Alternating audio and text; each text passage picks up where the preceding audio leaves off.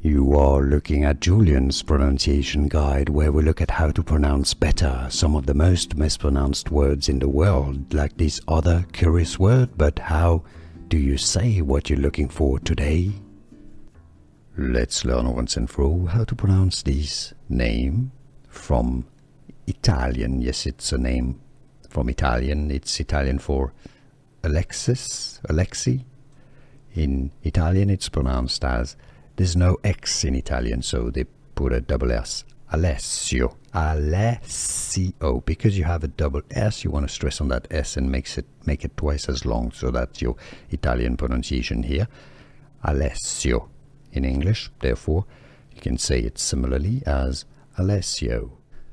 Here are more videos on how to pronounce more confusing words and names too many mispronounced. Like this video if you found it useful. I appreciate your support. I'll see you soon and thanks for watching.